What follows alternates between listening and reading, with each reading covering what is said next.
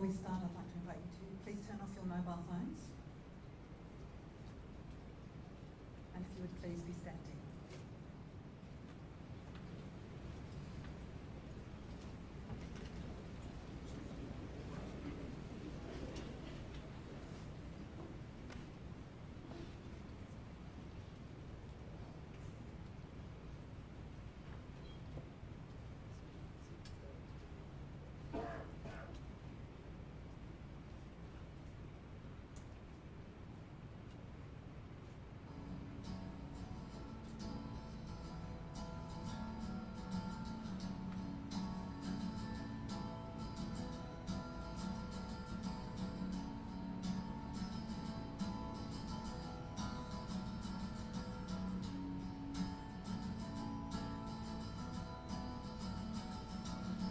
Today is gonna be the day that they're gonna throw it back to you. By now you should have somehow realized what you gotta do. I don't believe that anybody feels the way I do about you now.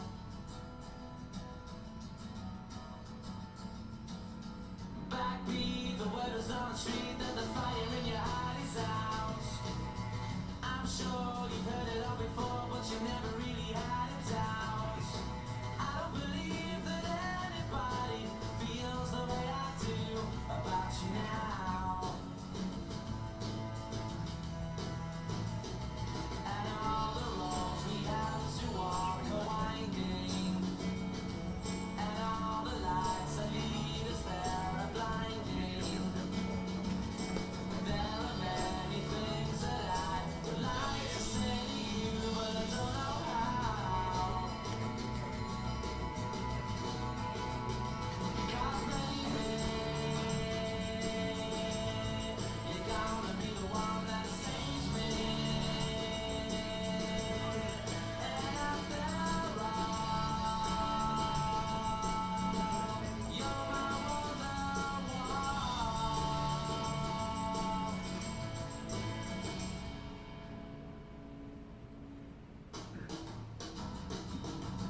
Today was gonna be the day, but they'll never throw it back to you.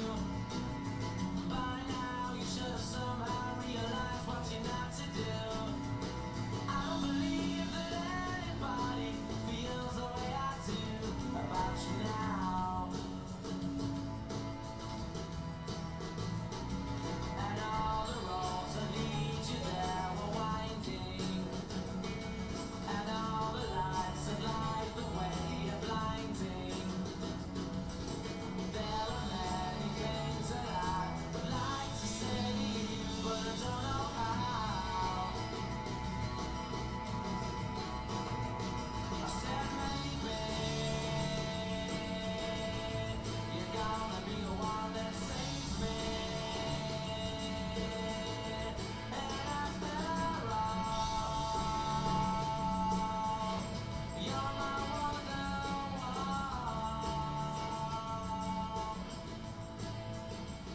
I said maybe you're gonna be the one that saves me.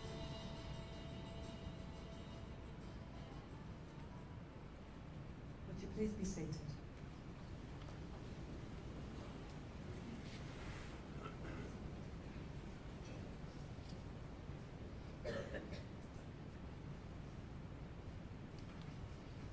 Welcome everyone, and thank you for being here today as we gather to celebrate and honour the life of Scott Anthony Morgan. Lovingly known to you as Scott, Morgs, Scotty, or Dad. My name is Wendy Haynes, and I have the privilege of being a celebrant today. I'd also like to welcome everyone who is joining us via the live stream. And for those joining us via live stream, you may wish to leave a message of support in the chat, which Tamara and the family will check later. Scott Morgs was a man of strength, generosity, hard work, and unwavering dedication. A true legend in his community.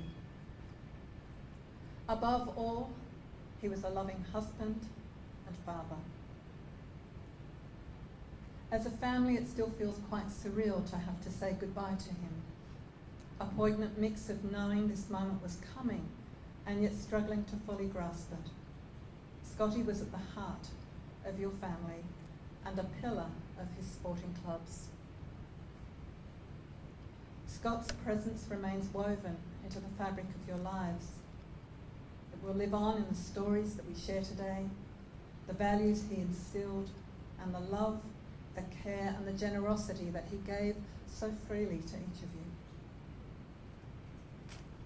Today we hold space for both the grief and the gratitude, for sorrow and celebration, as we remember Morgs, a man deeply respected, whose life, though far too short, was wholeheartedly lived. Grief and sorrow reflect the depth of your love. One of the most profound ways to grieve is through storytelling. It can support us to cry, to laugh, to share the vulnerability of what it means to love, even in the midst of great loss. So I'd like to invite those who knew Scott best, his family, to come forward and share a few stories. I'd like to invite Scott's stepfather, Ross Paul, who's going to share the first tribute from his early years.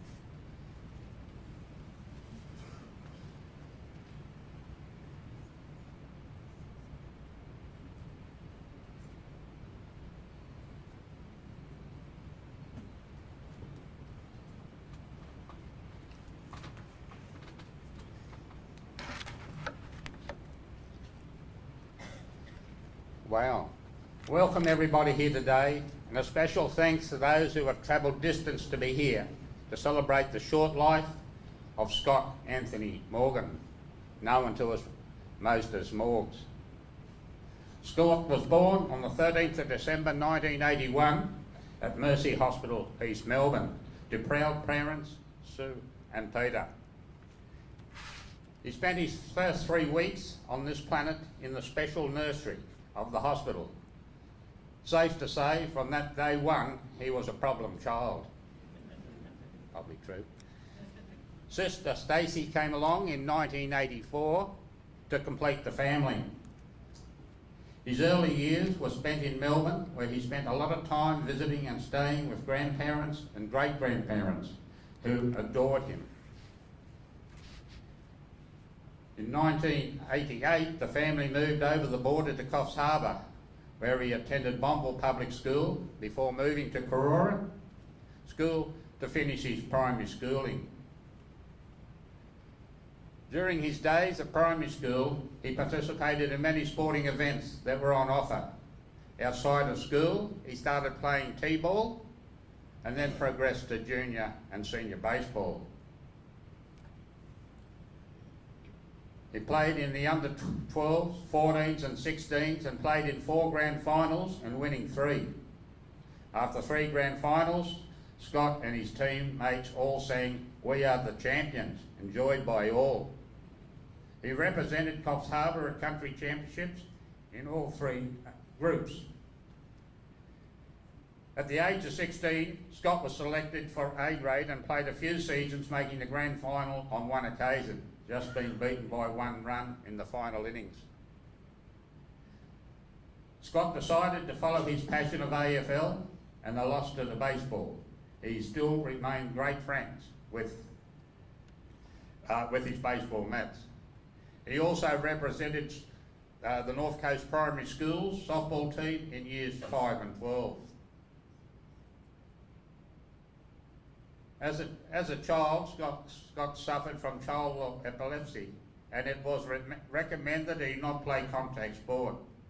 So baseball became the sport of choice from juniors through to seniors, representing Coffs Harbour on new occasions and winning numerous club and local awards. In 1992, Scott and Stacey moved to Karora with Ben, Tim and Trent, creating what I believe was the Brady Bunch. In his late teenage years, Scott was bustling to play football. He started a short career with Coff Swans, playing in their premiership team 1999. Playing in that premiership team with his father as coach was a real highlight for Scott. A memorable time in Scott's life. Peter's passing in 2005 left a big void in Scott and Stacey's lives, which still exists today. He played cricket at a number of different clubs before settling on Nana Glen. Jerry will elaborate on that shortly. On leaving school, Scott took up a traineeship at Subway in Coffs Harbour, where he spent 6 years working in the town store, progressing to manager and eventually owner in partnership with us. He was instrumental in helping set up the Tormina store. Scott was strong on work ethics, and he tried to instill these qualities into Max as Max embarks on his working career. After selling Subway, he moved on to Dan Murphy's. The skills and attributes he acquired in customer service and dealing with people at both these businesses helped him to navigate his transmission into the position of president of the Nana Glen Cricket Club. A real people's person. I was personally tasked with Scott learning to drive. Sufficient to say, I was a failure, as he was some years before he eventually obtained his licence. Learning to drive with Scott was quite interesting. We had a manual, and he was driving down at 9 o'clock one night down past the Big Banana, and he thought that going from third to first would be quite enjoyable. It was wet weather, and we slid down the road sideways. I've never seen a guy get out of a driver's seat so quick. On another occasion, Sue and I and a couple of friends were not at home at the time, not far away, and Ben and Stacey and Trent come running up to say, Scott's run into the garage door, the glass door. It's broken. He's made a mess. It turns out he was trying to light a cigarette but forgot that you don't turn the car on, you can just turn the accessories on. So, as we said earlier, he was a problem child. Sue and I cannot express enough the gratitude of Nana Glen Cricket Club and Breakers AFL for their love and support and mateship shown to Scott, Tamara, Max and Lenny. We assure you your care and compassion made the roads a lot easier to enjoy. Massive thanks. The family would also like to acknowledge the help and support from Joel and the Coffs Harbour Racing Club in organising this farewell today. Also, many thanks go to the Coffs Hotel for catering today, and Marty and Donna and Dan Murphy's, who were instrumental in organising a fundraising in the charity auction back in 2013. Rest easy, my boy. You are at peace now. No more pain or suffering. Just a big hole in my heart of beautiful memories. Love you forever. I have to be careful what I say here. Scott's last words, in the hospital on Sunday was a word starting with F and a syllable finishing with K. So it's up to your own imagination, and he yelled it very loud. I think everyone would have heard. Thank you very much once again for being here today, and Wendy is now going to continue Scott's life with Tamara and the boys. Thank you, Wendy.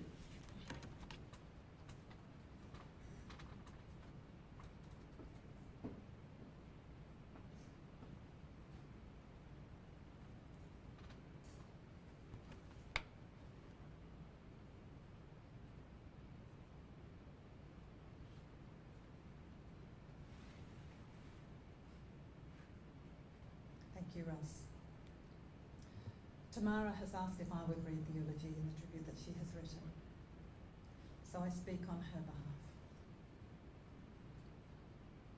behalf. I first met Scott in 2006 at the Coffs Hotel. At the time, he was annoying the hell out of me. But as fate would have it, we crossed paths again just a week later. And in that moment, something clicked. We talked and I saw something that I hadn't noticed before. A kind heart, a spirit that was warm, genuine and caring. It wasn't long before our lives intertwined in a way that felt like it was meant to be. Within 3 months, we were living together, and by early 2007, we had bought our first home on West High Street. Now that house, well, let's just say it wasn't exactly my dream home. I could see all the work that needed to be done, and let's be honest, Scott wasn't exactly a handyman. But to him, it was perfect. It was close to the pub, just a short bike ride from work, and the backyard shed was the hub of all the social gatherings, especially those around the pool table. That house, with all its quirks, became our home, a place filled with laughter, with love, and many memories. In October 2008, our lives changed again with the birth of our son, Max. From the moment he arrived, Scott was completely smitten. He doted on Max with a love that could only come from a father who was utterly devoted. And not long after, Scott proposed. His idea was simple, yet thoughtful. Let's get married on the long weekend in October the following year, so everyone could be there for Max's first birthday the day after. I thought it was a beautiful idea, and it showed just how much Scott cared about the people around him. Of course, he also mentioned that it was perfect timing because AFL season would be finished and cricket season wouldn't have started yet. Typical Scott, always thinking ahead in his own unique way. Despite the roller coaster ride that led to our wedding, I showed up. And I think that surprised him more than anything. But that was Scott, always bringing a little surprise, a little twist, and a lot of love into everything he did. Just 2 months later, after a night out with his cricket team, our lives were rocked. Scott's arm had swelled up, and what we thought was a simple issue turned out to be something far more serious. The diagnosis hit us like a freight train: Hodgkin's lymphoma. In that moment, our world turned upside down. For the next 3.5 years, we spent countless hours travelling to the Royal Women's Hospital in Brisbane. To stay at the Leukemia Foundation, Scott needed a carer with him, so we took turns. His mum, Sue, my mum, Kayleen, and I, rotating week by week. I would go up with Max for a week, then return home to work for 2 weeks, before heading back again. This cycle continued for months on end, and Max, ever the trooper, would tell people he was going to Dad's house for the week. I'd have to explain to others that we weren't separated, that this was just part of our journey. A journey that Scott was determined to fight with everything he had. In January 2013, we were told that Scott had just 3 to 6 months to live. The timing couldn't have been harder. Max was about to start kindergarten, but Scott, ever the fighter, was not ready to give up. He pushed forward with every treatment option available, from chemotherapy to radiation, and even explored a natural path through kinesiology. And this led to 2 trips to Thailand, including one in 2017 when I was pregnant with Lenny. The baby we thought that could never happen, but Lenny did happen. And in December 2017, beautiful little Lenny completed our family. Scott was so proud to bring Lenny home to our second home in Gundagai Street, a house we purchased after his terminal diagnosis in April 2013. We had no room for a pool table, but the house did come with a pool, and the parties continued. Our focus shifted to family time. We made sure to create memories every year, taking the boys to places that would be special for us all. Throughout this journey, Scott's love for his sports clubs never wavered, But as his focus shifted from the seniors to the juniors, it became clear that his priorities had changed. His true focus was on family, on making the most of every moment that we had together. And despite all the hardships he faced, Scott never lost his sense of humour, never stopped fighting, and never stopped loving us. In 2021, we bought our final home together at Karora. By this time in his life, and with all the health issues he'd faced, he cherished the big open space for its peace and quiet, no longer drawn to partying. He allowed only one annual event, our grand final party, and even then guests had to leave by 10 p.m. Although he endured many battles with sickness, he also created countless cherished memories for all of us. From unforgettable trips to Bali and Thailand, to witnessing the Bulldogs win the AFL Grand Final at the MCG in 2016, he embraced life's special moments. He took the boys to the MCG for the Boxing Day Test match in 2023 and returned just days later with Max to experience Bay 13. He loved travelling as a family to watch Max compete in athletics, AFL and cricket at the state level, turning these events into holidays. And he delighted in swimming in pools and at the beach with Lenny, watching him push the limits of how far he could go into the water while I stood on the sand having a panic attack. One thing Scott always used to say was, "They love me, they're only human. You're the only one who doesn't seem to get that." To which I would always reply, "That's because I live with you." But over the last 2 weeks, Scott has proven me wrong in ways I never expected. So many of you have loved him, and of course, I'll never admit that to him. The love and support shown towards me, Max, and Lenny, and our families during this time have been overwhelming and so needed. And for that, I want to say thank you from the bottom of my heart.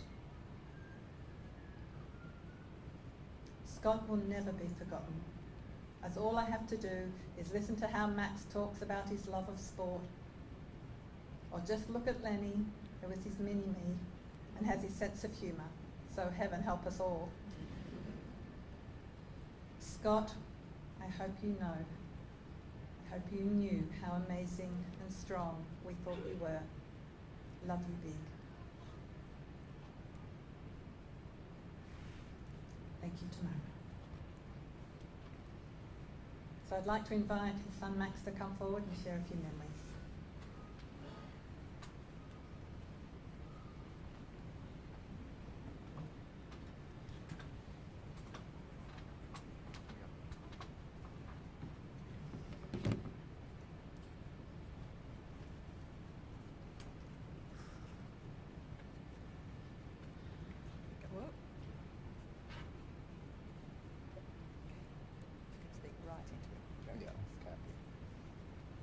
Hello. Can everyone hear me? All good? Okay. First, I'd like to say how people have told me this is going to be hard to speak.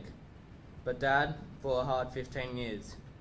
This is the least I can do to show him my love for him and how grateful I am for how hard he fought for us. Dad was a strong and brave man, especially when I was younger, and he would go to shake my hand, squeeze the living days out of my hands. I would move my knuckles. When I did get older, I would get revenge.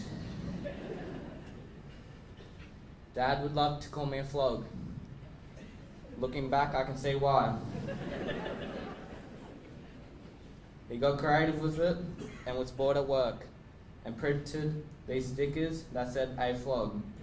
It's on the bathroom window, my TV, and more around the house.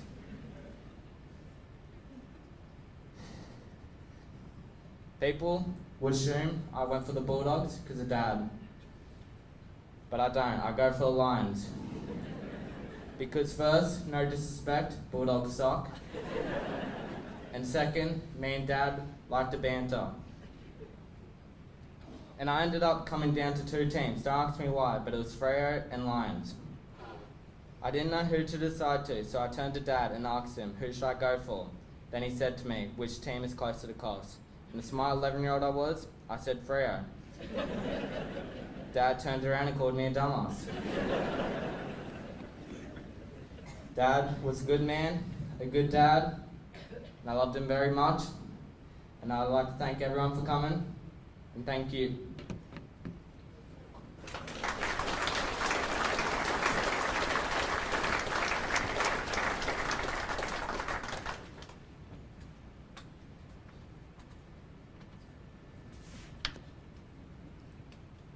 Thank you, Matt.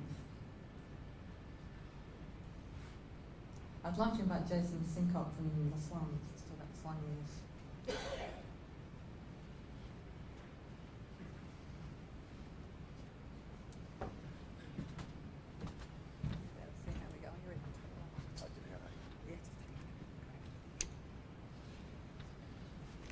Well, Max, if it's any consolation, I only know 2 people who go for the Dogs, and that's your old man and Freddie. First of all, condolences to Tamara, Max, Letty, Paul, Sue and Stacey. It's a life taken way too short. Most people's memories of Morgie would be that of a party animal, bloke who loved a good time. And he had that reputation for a lot of years. But if you take those memories away and fast forward, you go to the memories of his battle and his fight and how great that was. If you go back way to the late 90s when I first met Scott, Scott was only a young bloke, pardon me, but he had all those attributes as a late teenager. 1996 I first come to town. I got to meet his dad Peter and a lot of the old Cops Swans Brigade in those next few years, but we got to know Scott really well as a 17-year-old. Like Ross said, his dad Peter coached the footy side and we won the premiership that year. Scott's attributes as a 17-year-old were increasingly amazing at that particular time because he showed all those attributes of the fighting spirit. He was nearly always first picked in the sides as a backman, and his job was to try and nullify the opposing forwards. So after 1999, and then those party years went pretty well, opposition sides around the coast, North Coast, got better, and the competition got stronger, and Scott's job got harder because he was just always on their key playmaker or their key forward. And as a teenager, that was a great achievement. He did really well at that. One of his best, I suppose you call it a record, was he holds a record for the Cops Swans. He played the most number of games, so consecutive games without missing one. And it was almost 200. It wasn't quite 200, but bloody close to it. Now, you don't get to do that at any real great level. A lot of sportsmen don't get to achieve that. But he did that, and that was also like a really good dedication and commitment and stuff that he had for the football club. He's a very talented sportsman, Scott. As Ross said, he played first grade footy, first grade cricket, played rep footy, rep cricket. He was a talented and gifted athlete. So a lot of the memories of the last 15 years sort of have been superseded by those memories of his early years. After like Ross said, with his football, he went into the business and the corporate world with Subway, and that was a good partnership with the rest of the tribe, the family. And it was there that he really became even more of an asset to the footy club because he was a great value as a sponsor, especially to the junior Swans. He was always first to put his hand up and give out vouchers and money towards the club.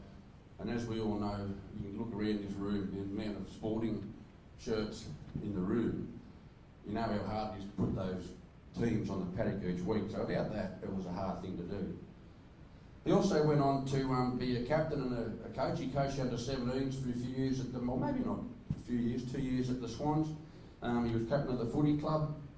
So he was a great asset to the Coffs Harbour Swans. So one of the things that Scott sort of leaves behind us, although he's taken like way too early, it's amazing memories, amazing legacy that is left behind us because of that hard work and that fight and dedication, and taken, like I said, way too early. So it was, this afternoon we'll probably all sharing some lovely stories and some lovely memories, and we can remember all those good times that we had with Scott. Like I said, taken way too early, great friend, great teammate, great family man, and above all, he certainly loved a good time. So Max and Lenny and Tamara, we wish you all the best.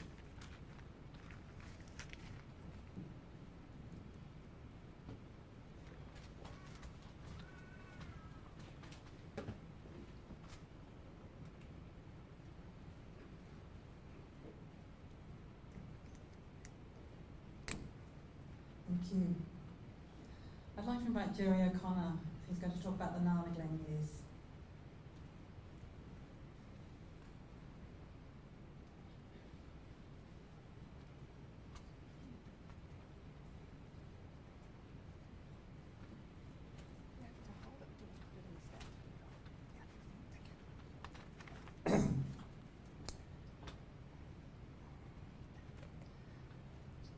It's hard to get a real sense of time and its passing when it comes to Scotty Morgan and the Nana Glen Cricket Club.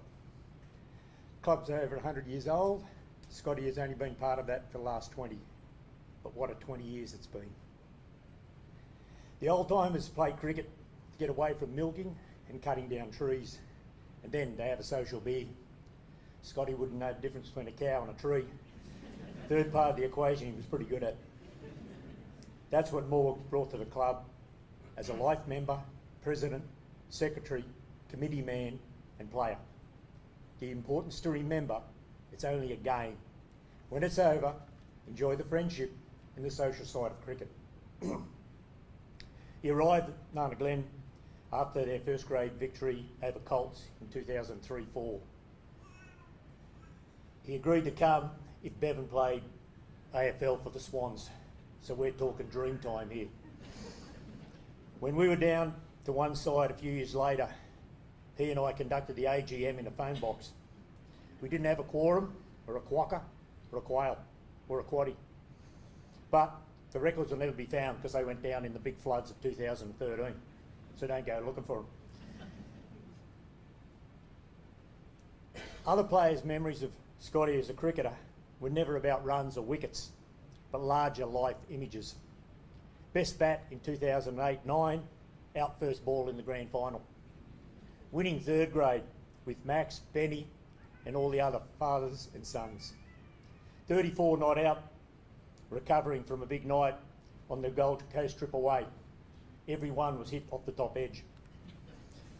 But there are other images as well that we'd probably like to forget, like naked 100-metre runs up Brailsford after the grand final win. Turning up in his pyjamas at Coffs Hotel to try and get Brock to come back and play with Nana. But that is the same guy who dragged Benny Wild off the couch when he was grieving to get back into life. Same guy who threw himself into the Nana Glen bushfire recovery in 2019. Nana Glen had 8 sides this season. There's only, I think, 2 of us who live in Nana Glen. You can thank Morgs for that. Not that we all left Nana Glen, but people wanted to play with Nana Glen. Kids wanted to play because they rotated the batting and the bowling. Everyone got a fair go. Adults followed because they understood the same sporting ethos.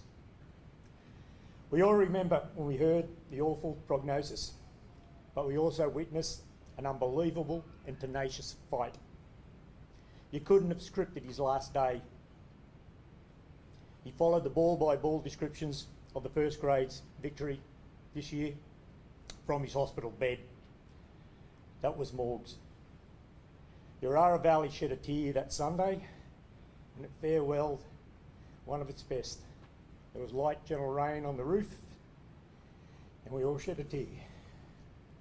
I've been privileged to write a eulogy for another great bloke. The Nana Glen Cricket Club, Holy Trinity, well, probably not so wholly, are now united.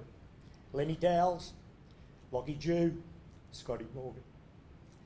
If you're going to have a bet today, race 8, Adelaide, number 1, Magic Max. Race 9, run them together, free beer. Morgs would have backed them for sure. It's been great to know you. See ya. Thanks for everything. Farewell, Morgs.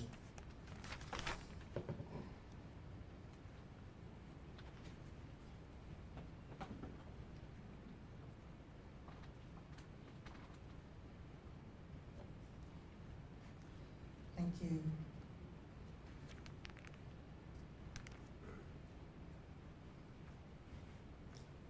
I'd like to invite Jay Guthrie to come forward, who's going to talk about the breaker years.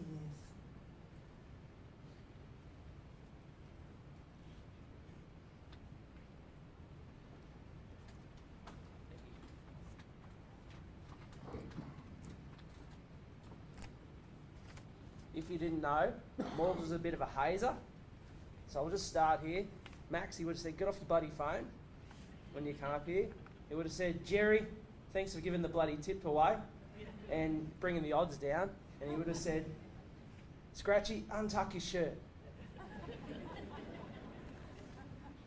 And for me, he would have said, why the hell have you got a 16-year-old haircut? And for Christ's sakes, can you get some black shoes? So, in true fashion, I did none of those.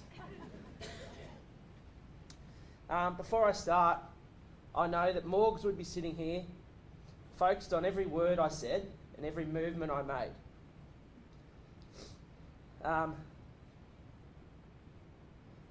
He'd be there ready to offer loving support, well-directed feedback on how I could be doing this better. Everyone loved Morgs. They were his words. Yes, people loved you. However, other words also come to mind, including stubborn, frustrating, outspoken, direct, loving, caring, thoughtful, and mate. Those that knew him best would ride the roller coaster of the pat on the back, followed by a quick, well-quipped slap in the face to bring you back down to earth. One of my favourite ones of those was like asking Matt Dagger, Dags, can you put your bloody hat on? Because I'm having trouble trying to see the footy from the glare off your head. Before I go too deep into this AFL journey with the Breakers, I'll share a personal ongoing battle that we shared. So Morgs and I at times didn't see eye to eye. I think it was more than a few times. Take for instance the toss of a coin. Morgs and I, so Scott firmly believed that you win the toss and bat. But he also understood that I was a bit defiant. I'd win the toss and bowl. Or I'd win the toss and say, we'll kick against the wind in the first quarter, just to piss him off. However, in our relationship, he knew that I'd embellish a little bit, so sometimes I'd go and take the toss. I'd choose to bowl, winning, and then I'd walk off and say, you wouldn't believe it, I lost another toss. Morgs and I had an ongoing role reversal that we'd share. I'd help him out with Nana Green Cricket Club, recruiting junior players, coaching sides, and taking on roles with the committee. In return, he'd do the same for the Coffs Harbour Breakers. During that time, he held several roles. He was a team manager, a coach, a committee member, a junior coordinator, timekeeper, a canteen manager, and probably a dozen more that I've forgotten. We shared a passion for promoting sport and the development of juniors. Many of the people around the room is testament to that fact, wearing lots of different sporting colours today, so thank you for all those people that have shown up. Whether you met him through, everyone here probably met him through sport and his role. He'd come up and he'd pat you on the shoulder, and he'd convince you to take on a role within the sporting club, whether it was football, cricket, or whatever. Over the last couple of years, Morgs took over the operation of the Breakers canteen. He did so with the pride and ambition to provide options that could raise additional revenue. Morgs, as he did with most roles, took this to the extreme. On multiple occasions, his ratio of chips to container size was questioned. He saw the deep fryer as the key to increased revenue and milked every opportunity. The losers in this endeavour were the punters, who looked down at their half-full chip packet container. This continued until we needed to step in and negotiate the rights for the chip consumer.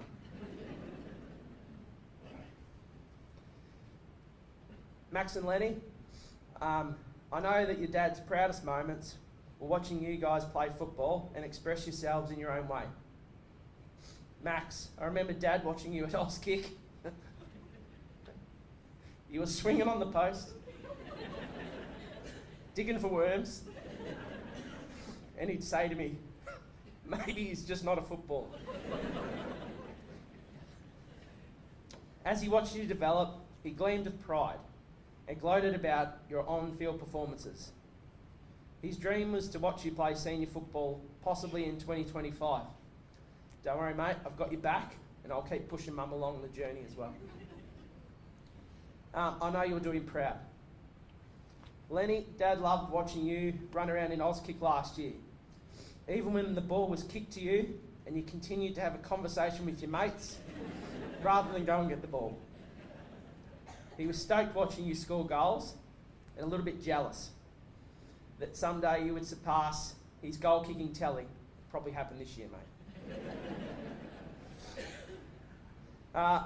The Coffs Harbour Breakers will always be a home for you guys as you grow and develop as boys and young men. You have a family of teal to support you, challenge you, and champion you when you need.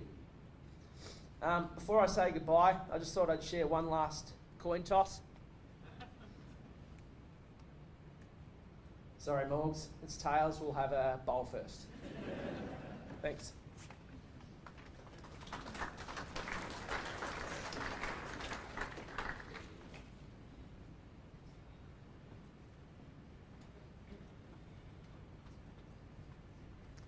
Thank you.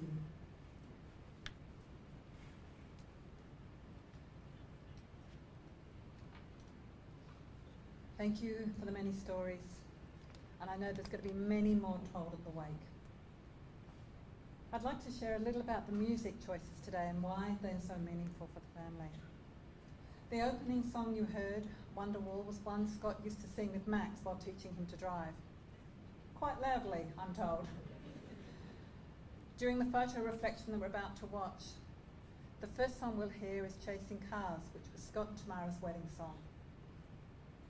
The second, Live Your Life, comes from Scotty and Lenny's favourite film, The Mitchells versus the Machines, which they loved to sing.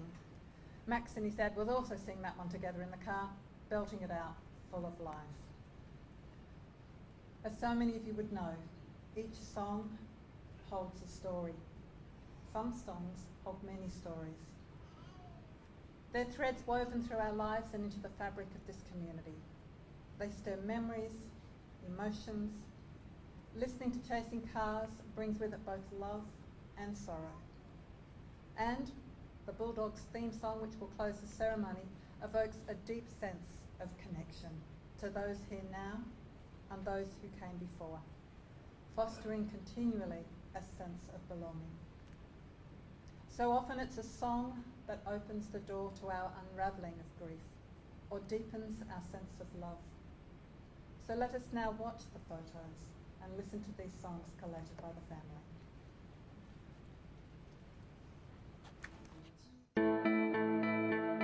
We'll do it all, everything on our own.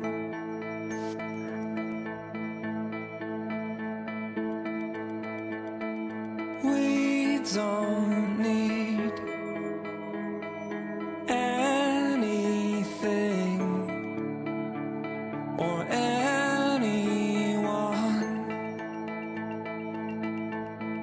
If I lay here,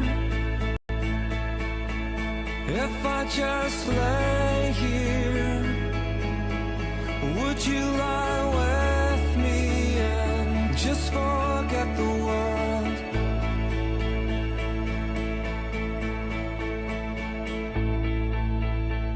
I don't quite know how to say how I feel.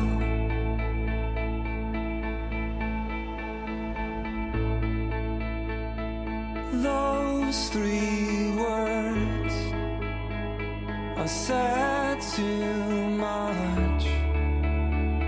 They're not enough. If I lay here, if I just lay here, would you lie with me and just forget the world? Forget what we're told before we get too old. Show me a garden that's bursting into life. Let's waste time chasing cars around our heads. If I lay here, if I just lay here, would you lie with me and just forget the world? All that I am, all that I ever was, is here in your perfect eyes. They're all I can see. I don't know where, confused about how as well. Just know that these things will never change for us at all. If I lay here, if I just lay here, would you lie with me and just forget the world?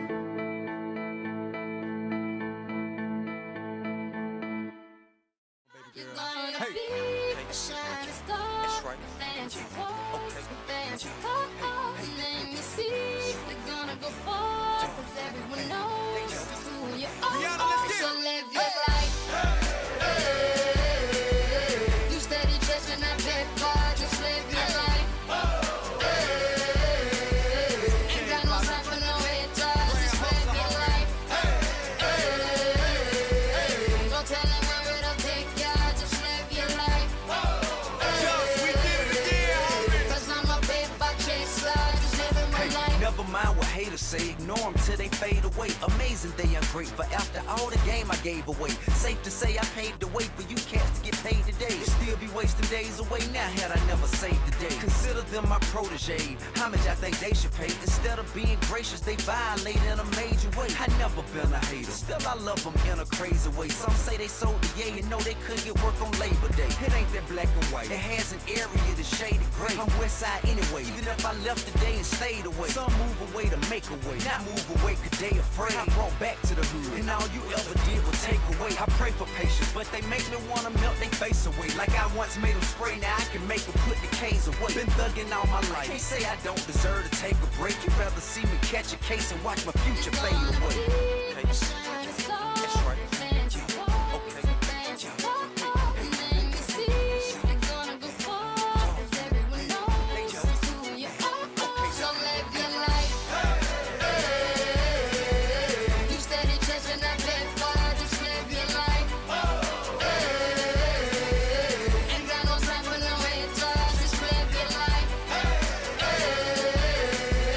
Don't tell them where it'll take ya, just live your life.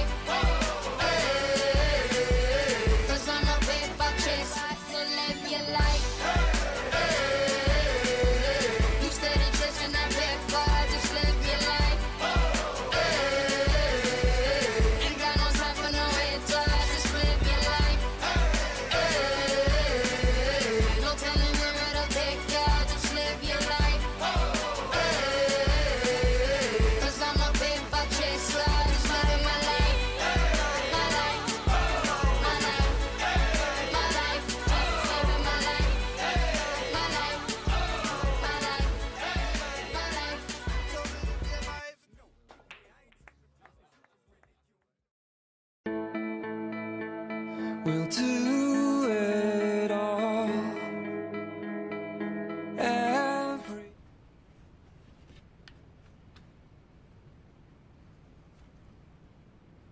Scott fought his illness. we'll do it all.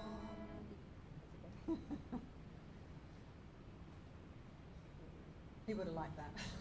Just cut the talking. Scott fought his illness with unwavering strength to stay with his family, facing every challenge with courage and resilience. Now he is free from pain and suffering. Scott died peacefully with his family by his side on Sunday, the 23rd of March. Shortly, Scott's body will be cremated, and the time has come now to say our farewell. We're going to take some time for reflection as we listen to the music The Day You Went Away by Wendy Matthews. Scotty would serenade Tamara with the song as they drove to Brisbane for his chemo. And Tamara says, and I think we all know, it was a truly shocking rendition, but nevertheless it is a memory that she treasures. During this time, I'd like to invite you to take a moment to reflect on all the stories and the photographs that have been shared, and your relationship with Scotty. May you remember the times you laughed with him, the moments he challenged you, and the ways in which he has shaped your life. You may want to offer your own words of blessing, gratitude, or prayer as you say goodbye in your own way.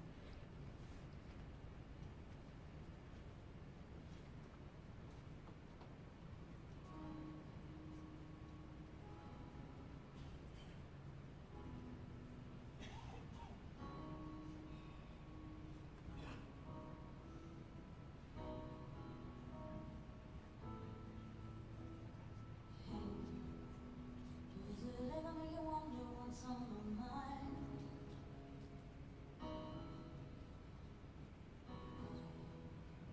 I was only ever running back to yours. I never cried, I just watched my life go by. It's just a path of lies, 'cause you're leaving me behind. After this song, is there nothing I'll keep?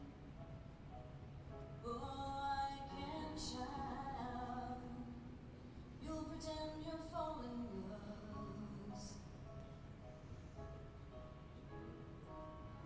I never lie, yeah, I believe it that you're mine. It's just a waste of time, 'cause you're leaving me behind. Hey, there's not a cloud in the sky. It's as blue as your goodbye. I thought that it would rain on a day like today. Hey, there's not a cloud in sight. It's as blue as your blue goodbye. And I thought that it would rain the day you went away.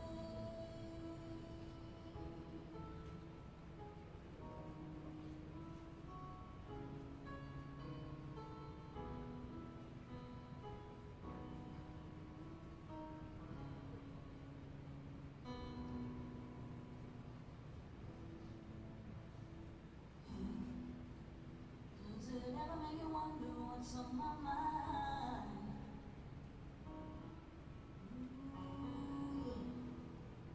I was only ever running back to your side. Hey, there's not a cloud in the sky. It's as blue as your goodbye.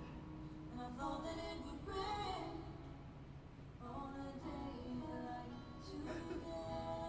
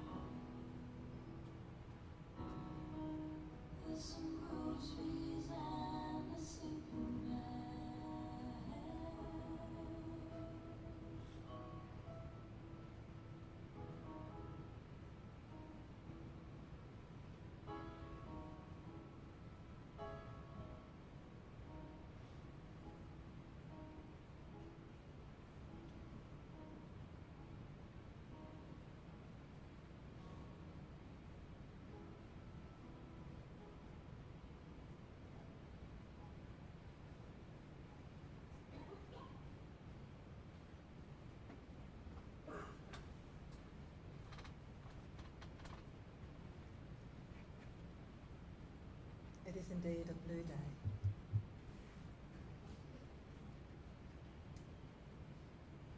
I'll now offer the words of remembrance. Would you please be stand if that's comfortable for you?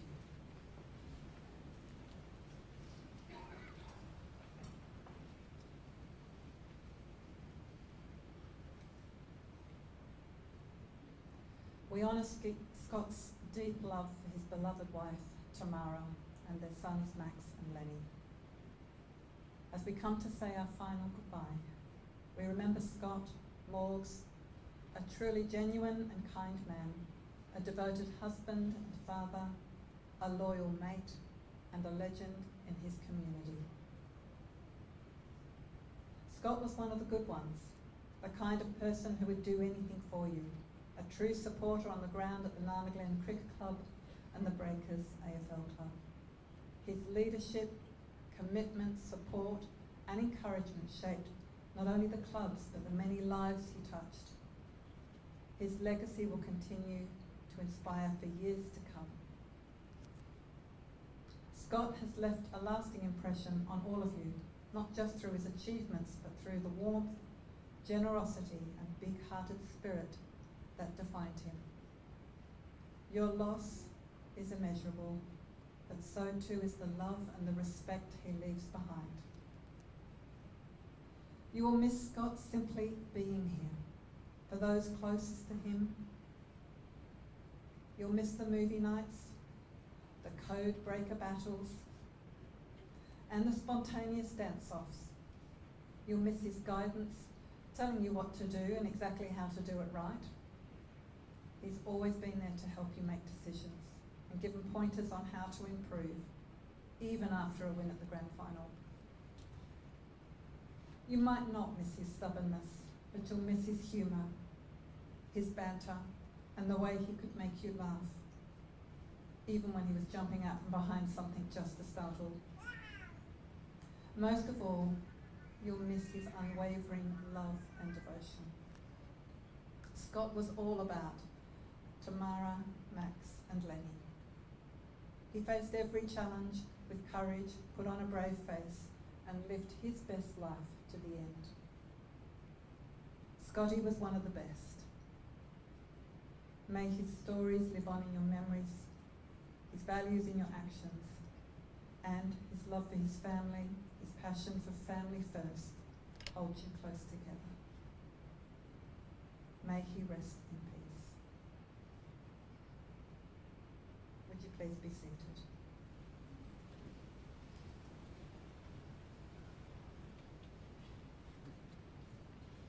We come now to the close of the ceremony. Our heartfelt love and care go to Scott's family. The family, as we've said, have been touched by your many messages of love. They're deeply grateful for your help and support these last few years, but especially these last few weeks and today. For those watching on the live stream, we say goodbye to you and thank you for joining us. And please do share your messages in the chat. After the ceremony, everyone here is welcome to stay on for light refreshments and to share more stories and memories. Thank you all for being here, and may peace be with you all. I'm going to invite the pallbearers to come forward to carry Scott's casket, and also request that club members, if you'd please stand and form a guard of honour. We're going to form the guard of honour coming out to this doorway here down to the hearse. So if all club members would like to join the guard of honour. Yes, swans, breakers, all of you.